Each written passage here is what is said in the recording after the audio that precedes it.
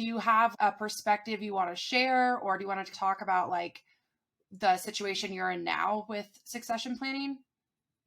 It is a broad topic and there is a lot to talk about. I am in a position where it's obviously a lot on my mind. I don't have any intention of retiring, but I do know there will come a time when it is proper to pass the torch.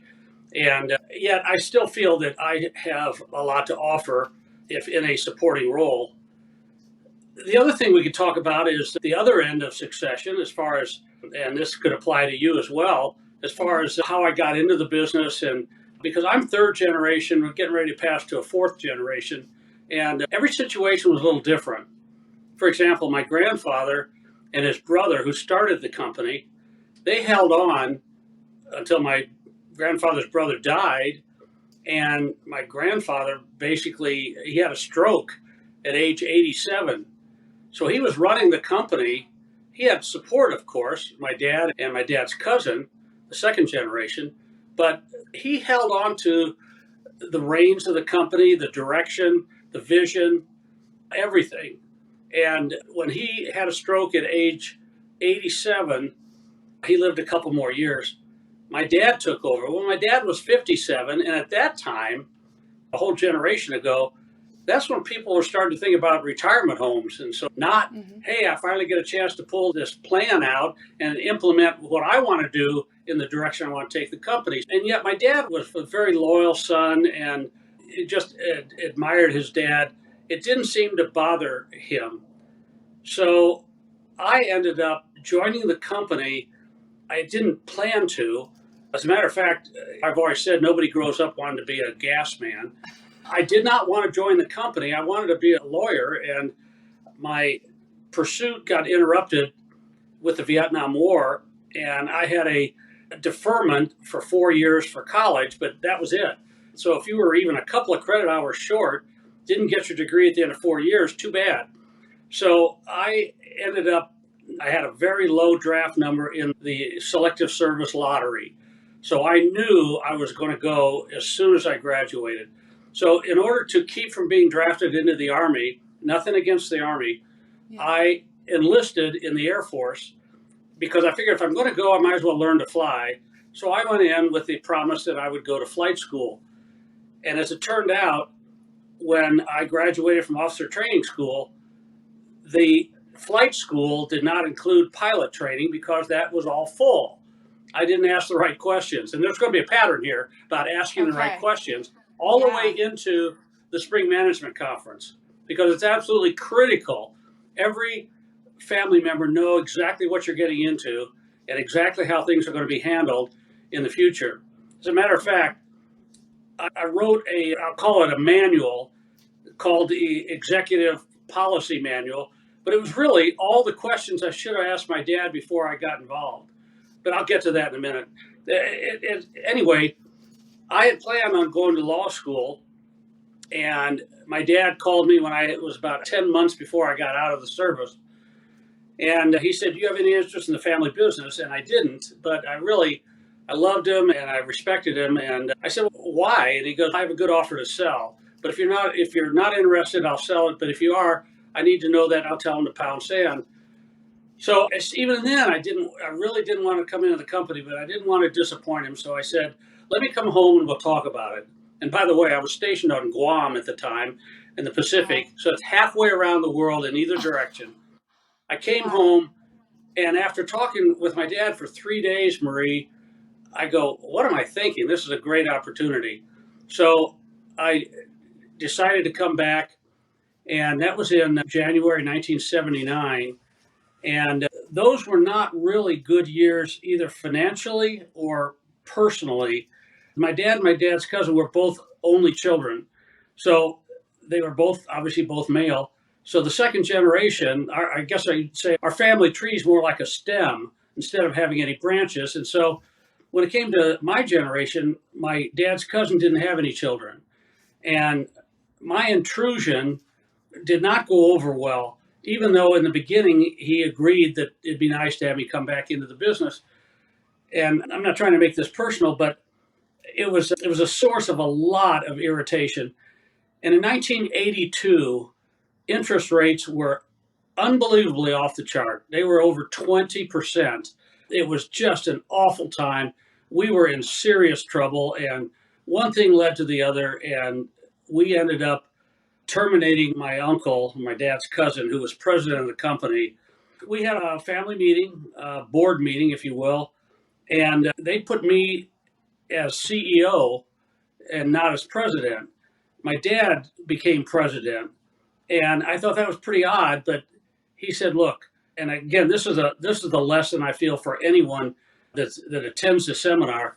The CEO and the president are two distinct jobs with different duties and responsibilities. It's okay for somebody to be the CEO and president. If you're in a small company, that's definitely possible. Even a larger one, you can merge your responsibilities.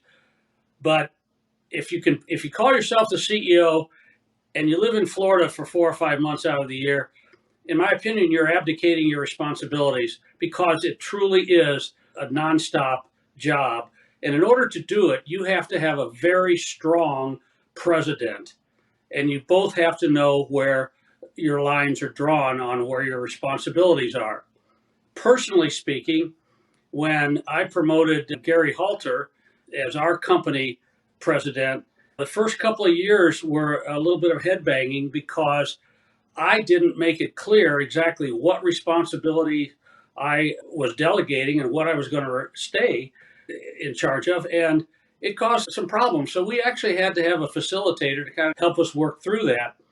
It was money well spent. Gary and I are extremely close. We're very good friends. I'm very proud of him. He has taken the company farther than I could in that position. And we work well together and we support one another.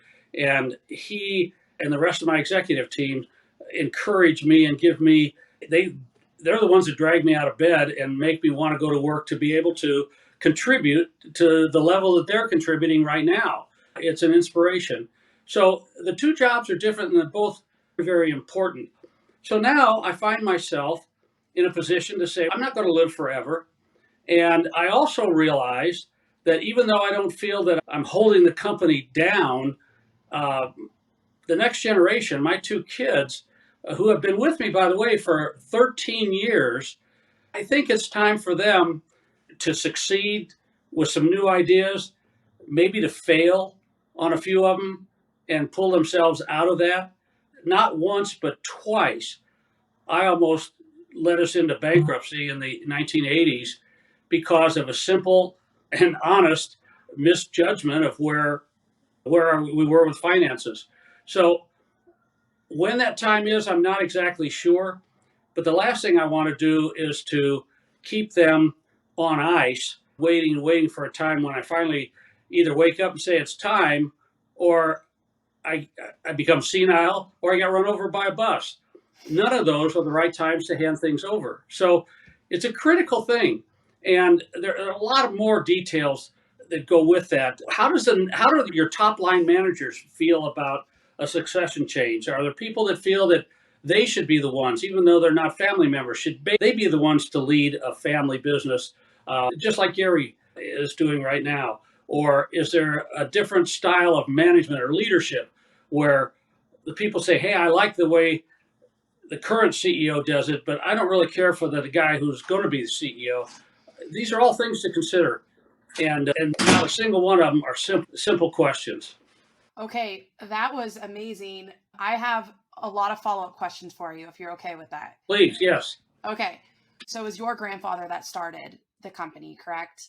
With Right. his brother, so your great uncle. And he didn't retire until literally he had to because of health at 87, I believe you said, but That's in his right. 80s. How do you feel about that? Do you think that was a good thing for the company, or because it set your dad up to not come in and learn until he was 57? No, it was not a good thing, Marie. He was not an overbearing individual. He was extremely fair and generous, and he was supportive of his son. And in return, my dad idolized him and would do anything. The problem was that my dad was so anxious to get into the company, he did not finish his collegiate endeavors.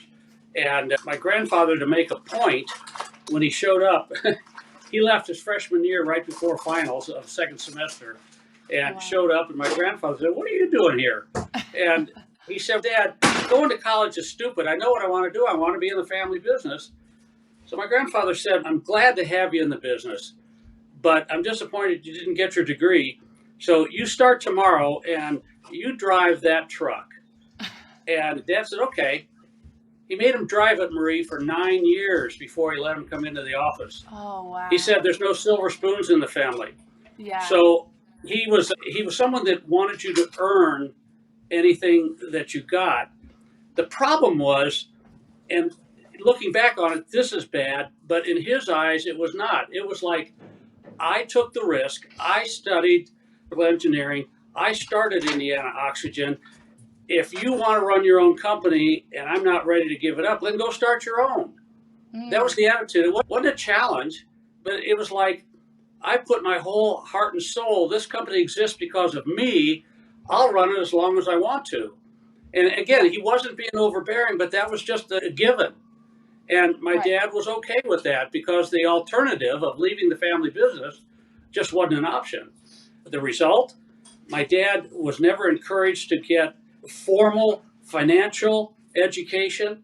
So the idea of being able to understand finances and investments and things like that kind of shortchanged the company because it wasn't passed on. And I'm a fine one to talk because I have a degree in American history and never took a business course because my focus was getting out of college in 4 years so I didn't get drafted into the Army. And as a result, I didn't go back to get my MBA until 5 years ago. And it wasn't a lark. I got a lot out of that. But knowing what I know now, my recommendation, this is a recommendation to my children who, by the way, have kids of their own and they're busy in sports and school and tutoring and all this other stuff. Easy for me to say, but I'm saying that the ideal combination to me is spend some years working in the real world and then go to grad school. I'd love to see them both do it sooner than later, but that may or may not happen. But that would be the recipe that I think I would encourage.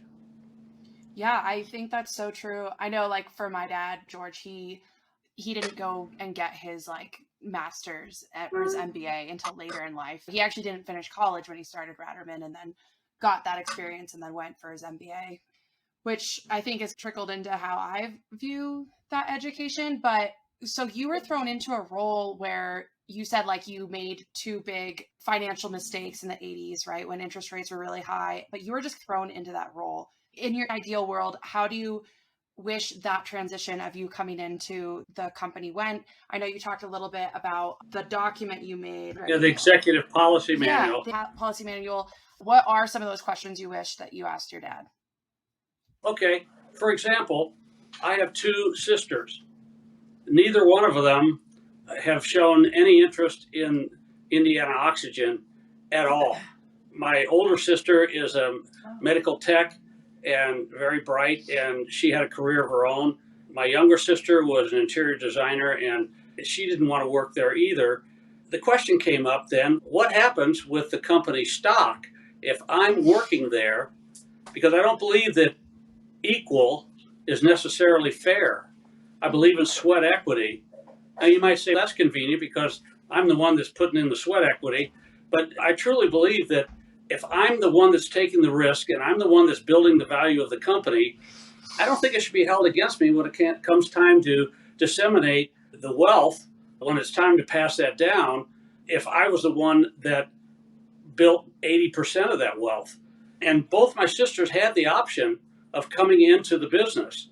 So in this policy manual, I explained I have a daughter and I have a son. The son is 4 years behind. So the way I set it up is, okay, each one of them gets X amount of years, let's say 4 years from the time they graduate undergrad to come into the business. And by the way, I encourage both of them to go out and do something else before they come into the family business, and they both did. Anna's an attorney, and she was with a law firm for Oh, wow. 5 years. Jay ended up, he didn't know what he wanted to do, and ended up going to Lincoln Electric for their field sales training course for a whole year. And then he went to West Air out of their San Diego facility and was a territory manager out there. And so Wow. they had real world experience, but I had allowed each one of them 4 years to make up their mind if they were coming into the business. And if they did, even if Ann came in 4 years earlier, she had the same amount of time out of college, then I would consider them to be on the same level. But if Hmm. Jay waited 8 years before he came into the business, Ann would be accumulating stock 4 years longer than he would. And if they stayed in the business, Ann would always have more stock than Jay. That was never addressed in our family. And so when it came time, my parents did a pretty good thing, Marie. They had an independent appraiser come in and evaluate their holdings. They owned a minority share of Indiana Oxygen, 44%, and they also owned the farm. And it just so happened that the farm was just a little bit more than double the value of their 44% of Indiana Oxygen. So they said, this will be easy. We'll give the farm to the girls and we'll give the stock to Wally. And their financial advisor said, wait a minute, to my dad is Bob. He said, Bob, what are you going to do for an income? He said, I think Wally ought to buy the stock. So I said, okay. And then I started thinking about it, and I was happy to do, but the other siblings weren't paying for anything. So it's petty, but Right. it can, in any family, it can cause a stir if somebody thinks somebody else in the family is getting more larger share. It was never addressed in our family. I also put in there things like spouses working in the business. We Yeah. have a rule that you just cannot do that. Now, if when they own the company, if they decide later on that they want to allow a spouse in, they can change that rule. But it's a convenient thing to have in there saying, oh, I'd love to have your wife in the business, but we have this rule. And it Yeah. just protects in case both siblings don't feel exactly the same way. So that was an issue. Most importantly, is what happens if the siblings don't get along or they have a change of career aspirations and one of them wants to sell out, or if somebody gets angry and says, I'm leaving, I want my money.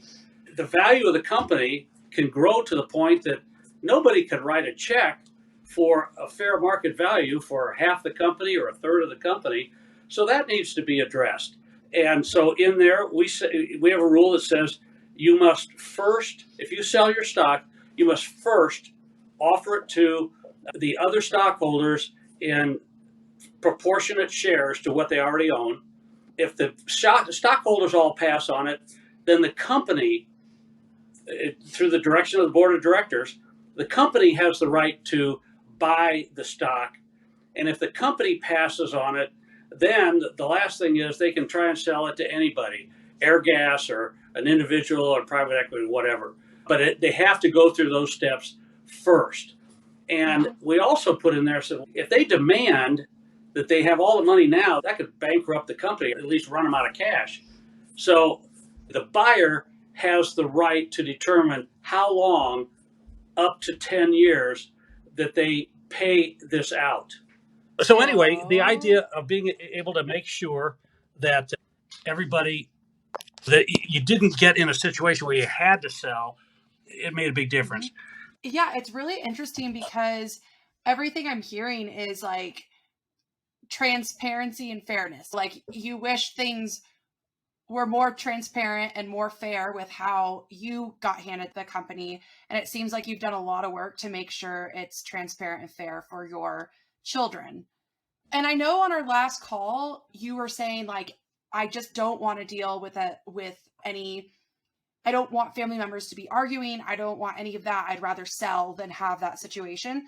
And then with Gary Halter, that's also a unique perspective. I've been doing a lot of listening to podcasts and research around succession planning. And it's funny because I think what's been most eye opening to me is that because I'm in a family ran company, I think of, oh, that means the family you're succeeding to and passing it down to the next family member or else you sell. But it's not that case in a lot of ways. And some people don't even have children to pass the company down to. And it's about looking at the players you have and then getting them into the right roles or start training them for the right roles for 2 years out. So I don't really know if I have a question around it quite yet, but I'm just like interested to know about the Gary Halter idea of how you brought him in. And maybe a question to ask would be like, what hesitations do you think, or what things people need to look out for if they have someone in that high level position that's not part of the family, and how to, I don't know. I'm trying to gather as much information as possible for this. Let me give you a suggestion on this. It is absolutely critical for the culture and the survivability of a family business that everyone have the same goal and that everyone gets along so that they can work together as a team towards that goal. Now, that might have sounded like it just came out of a Jim Collins book, but it really is. If everybody understands that the goal is for the company to succeed and through the company can gather more through the profitability, through the reputation and the integrity of the company and its respectability in the industry. If they all have that goal, the money and the other rewards will come. And that's a hard thing for some people to grasp, that I'm afraid if I don't control, or if I have less than 50% of the value, one day something nasty is going to happen. And yet, if everybody works together and says, hey, here's our goal. We want to have $5 million net profit. And with that, we're going to do X, Y, and Z. If they all work towards that, there's no reason to really be concerned on who owns it. Now, getting back to Gary, all of the stock always has been and probably always will be held by a member of the Brant family. However, that's Gary and the other executives are treated like stockholders when it comes to sharing profit. We have a secondary tier of executives who they all get the same amounts, not the same that Gary gets, but they all get the same. They're treated like equal stockholders. So the only difference between a stockholder and our executive when it comes to profit sharing is that the stockholder owns a piece of paper that's got the fancy writing on it that says, I own stock. That's the only difference. There isn't a privileged class here. There's not supposed to be. Everybody's expected to do his or her job to the maximum level that the rest of the team is doing. So the idea of Gary coming in, being a non-family member, you've got other good examples. Ned Lane, Ned Pontius at Norco, all three of those gentlemen did a fantastic job in leading the company. I don't think they would have done anything different if they actually owned the company. That's a great compliment to them. And again, ownership is just nebulous. If you're all working for the same goal, it's not important. I love that. I think that point is fantastic because there's a lot of people, especially now that it's becoming like companies are going into third, fourth, and fifth generation. They're bringing in outside of the family executives. And I think sometimes some companies are afraid to do that, but you're dead on. If everyone has the same goal, everyone's transparent, and everyone's being treated like equals, there's no need to worry about that. You said that very well. That's exactly right. Again, I hate this phrase, but it's getting the best person, the right people in the right seats on the bus. So if that happens to be an outsider and he can take the company further in consistency of the company, the entire team's goal, why not? Why not put the best guy out there? And again, most companies, when they do that, have rewards or bonuses or whatever that make it worthwhile. I don't know a single company president that is not a family member who wasn't treated like one. You see what I'm saying? Yeah. They're treated like family members because they deserve to be.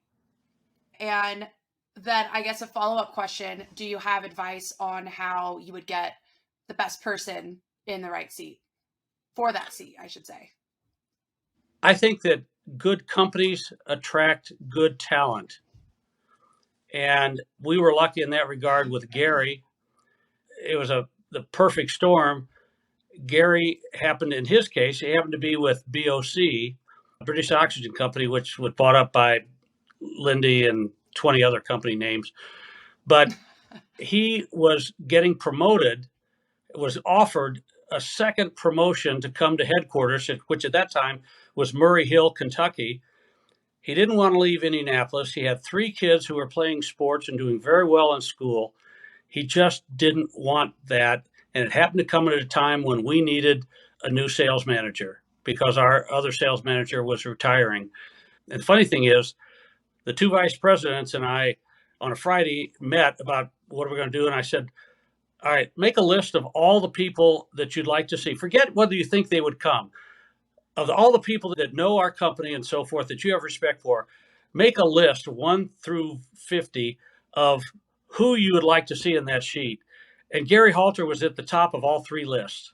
Wow. And it was just like it was destined. So Yeah. Again, I think that what's more important than bloodline is getting the right people in the right seats and making sure everybody's on the same page for the same goals. I sound like I keep saying that, but that's what I believe. No, I love it. And that's what this is, like a discovery call to figure out your points, so totally get it. Now, let me mention something that we haven't discussed. I'm not sure I have a great answer for this, but the law of averages says that not every family has a wonderful relationship with each other, and not everybody works to the same degree, same passion, or same efficiency. So, what do you do with a deadbeat? It is a tough question. You're talking ownership, you're talking bonuses, salary, status, positions, and so forth. Um, I'm not bragging on my kids, but I'm very proud of them. I don't have that problem. But I know behind the curtains that there are companies out there where there is a problem. And oftentimes that problem is generated by the spouses, not the individuals. Fred gets a new car and Bobby's wife is jealous, something like that. Right. That sounds trivial, but believe me, that can be a rock in the shoe that grows into a bigger problem. And I don't quite know how to do it. Sometimes you have to put on your big boy pants and be as compassionate as you can and just say, the company is bigger than the family. The company not only takes care of my family members, it takes care of 160 other families. And that's more important than your feelings or something along those lines. Yeah, I think that's a really good point. And I think a lot of people will have that question. Let me mention that in that executive policy manual, I address that as well. What happens if one child decides to work 3 days a week or comes in at 10 and leaves at 2? I think it doesn't solve the problem, but I think it helps if you have a certain number of outside the family members of the board of directors, because it does become a director's issue. You present this to the board saying, this isn't fair. This guy's not working the way it should. It's hurting the company.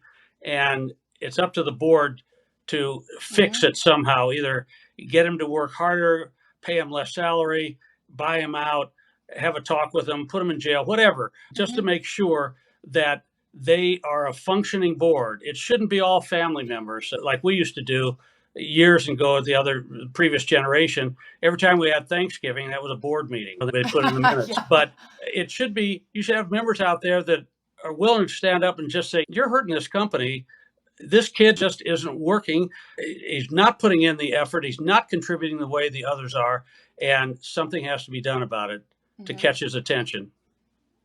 Yeah. So that's interesting because I'm sure there are companies that don't have a board. So would one of your recommendations, like if you go back to the basics of how to be set up or fundamentals of how to be set up to start succession planning, would you suggest you need to have a strong board?